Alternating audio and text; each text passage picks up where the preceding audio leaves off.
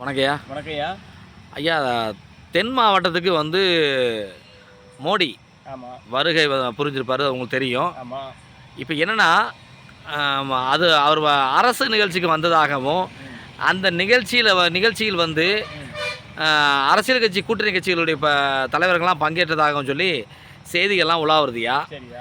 இப்படி இருக்கும்போது அதுக்கு அந்த மேடைக்கு செலவு எல்லாம் வந்துட்டு போன செலவு வந்து 7,5 கோடி ரூபா சொல்கிறாங்க. சரியா. அப்போ இந்த அரசுடைய நிதியை வந்து மக்களுடைய வரி பணத்தை வீணடிச்சிட்டாங்கன்னு சொல்லி செய்திகள்லாம் உலாவுறதுயா. அதனுடைய கருத்து உங்களுக்கு என்னையா? அதான் என்னடாய்யா, மோடி வந்து திருநெல்வேலி தென் மாவட்டம், அதாவது திருநெல்வேலிங்கிறத விட தென் மாவட்டம் சொல்றது தான் நல்லது. சரியா. தென் மாவட்டத்துக்கு வந்திருக்கிறாரு, போயிருக்கிறாரு. அது என்னன்னா அரசு சார்ந்த நிகழ்ச்சின்னு சொல்லி தான் தொலைக்காட்சியிலேருந்து எல்லாருமே சொல்றாங்க. ஆமா, ஊடகமே அதான் சொல்றது. ஆனா அப்படி இருக்கும்போது அந்த அரசு சார்பாக வரும்போது அந்த அரசு சார்பாக வந்து அரசு நிகழ்ச்சி தான் நம்ம என்ன செய்யணும். அதுபோக அரசு ஒரு ஒரு ஒரு தொழில் தொடங்குறதுக்காக எதுவும் அடிக்கல் நாட்டணும் அந்த மாதிரி ஒன்று, அதுக்கு அந்த வேலையில தான் அவர் வந்து பார்த்துருக்கணும். ஆனா வந்துட்டு அந்த கூட்டத்துல அரசியல் சார்பா பேசிட்டு போயிட்டாரு. அரசியல் சார்பா மட்டுமல்லாது கூட்டணி கட்சி தலைவர்கள் அவரை பேசிட்டாங்க. பேசிட்டு நிகழ்ச்சி முடிச்சிட்டாங்க. ஆனா இதுல இருந்து என்னன்னா, இந்த 7,5 கோடி ரூபாய் அந்த பணத்தை வந்து இது சார்பா செலவு பண்ணிருக்கு அரசாங்கம். சரி. ஆனா இது வந்து மக்களுடைய வரிப்பணம். ஆமா, அதனே உண்மை. மக்களுடைய வரிப்பணம்.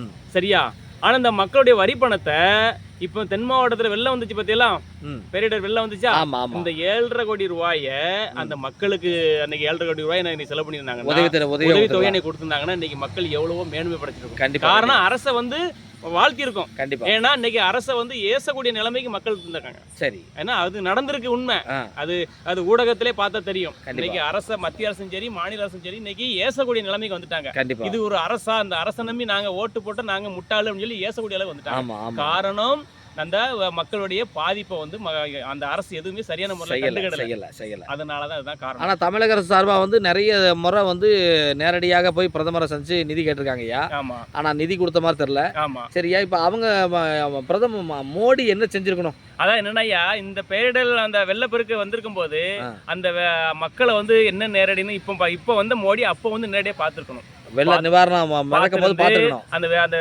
அந்த நேரடி நிகழ்ச்சி அந்த காட்சியை பார்த்துட்டு அப்போ மக்களுக்கு என்ன தேவை என்ன செஞ்சா மக்களுக்கு சரியா வரும் அதை சரிவர செஞ்சிருக்கணும். சரியா. இப்போ வந்ததும் என் மக்கள் என் மக்கள் தானே. ஆமா. அது ஒரு ஒரு அண்ணாமலை நிகழ்ச்சிக்கு அதுக்கு மட்டும் எப்படி அவருக்கு வரதுக்கு டைம்? அது என்னன்னா, இது வந்து அரசு நிகழ்ச்சின்னு சொல்லிட்டு இந்த கட்சி கூட்டணி எல்லாம் சேர்ந்து என்ன பேசிட்டாங்கல்ல, தேர்தல் வருது அதோட அதான் தேர்தலுக்கான அறிக்கையை விட்டுட்டு போயிருக்காங்க. அதுதான் உண்மை.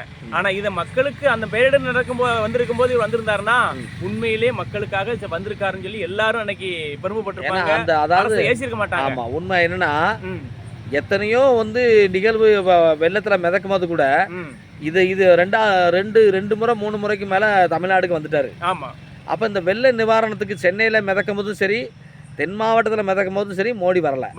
சரியா. இதை வந்து நாங்கள் எப்போதும் தமிழக மக்களுக்காக மோடி அவர்கள் வந்து பாதுகாப்பாக இருப்பார் சொல்லி அண்ணாமலை சொல்றாரு. சரி. அவருடைய வாக்குறுப்புக்கு நீங்க என்ன சொல்ல வரீங்க? என்னன்னா, அவர் அந்த பேரிடர் நடக்கும்போது, அந்த பேரிடர் இழப்பு இருக்கும் போதே வந்து நேரடியாக வந்து பார்த்து அதற்கான உதவி கூட இது வரைக்கும் நாடல. காரணம் என்னன்னா, அந்த இடத்துல ஸ்டாலினுடைய பையன் கூட கேட்டாரு, மக்களுக்கு உதவுறதுக்கு உங்க போட்டு பணமான்னு சொல்லி கூட கேட்டாரு. ஆமா ஆமா கேட்டாரு. அது எல்லாத்துக்கும் தெரியும். ஊடகத்துல பார்த்தாலே தெரியும். கண்டிப்பா. யூடியூப்ல முத கொண்டு இருக்கு. நிச்சயமா கேட்டீங்களா? அது அப்போ அன்னைக்கு செய்யாத அன்னைக்கு மத்திய அரசும் மாநில அரசும் இன்னைக்கு வந்து எலெக்ஷன், அதாவது தேர்தல் வரப்போகுது, 4ஆம் மாசம் வரப்போகுது. அது ஆதாயத்தை தேடி இன்னைக்கு மக்களை நாடுறாங்க. அப்ப இதை வந்து மக்கள் தான் புரிஞ்சு நடந்துக்கணும். மக்கள் இதை வந்து ஏத்துக்கிடுவாங்களா என்னன்னு தெரியாது. ஆனா இதை நான் ஏத்துக்கிறதுக்கு இல்ல. ஏன்னா இதை நான் மக்களுக்கு அறிவுரையா சொல்றேன். அவ்வளவுதான். கண்டிப்பா.